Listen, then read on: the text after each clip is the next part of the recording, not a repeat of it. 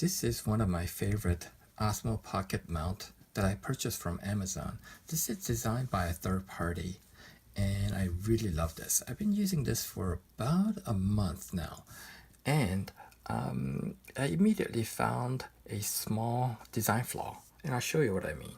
So in order for you to install the Osmo Pocket, you have to undo this thumb screw.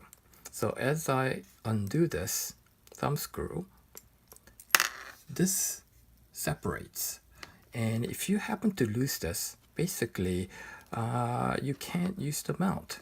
So I came out with a simple remedy, and I'll show you. This is my other set. So basically what I did was I created this piece of plastic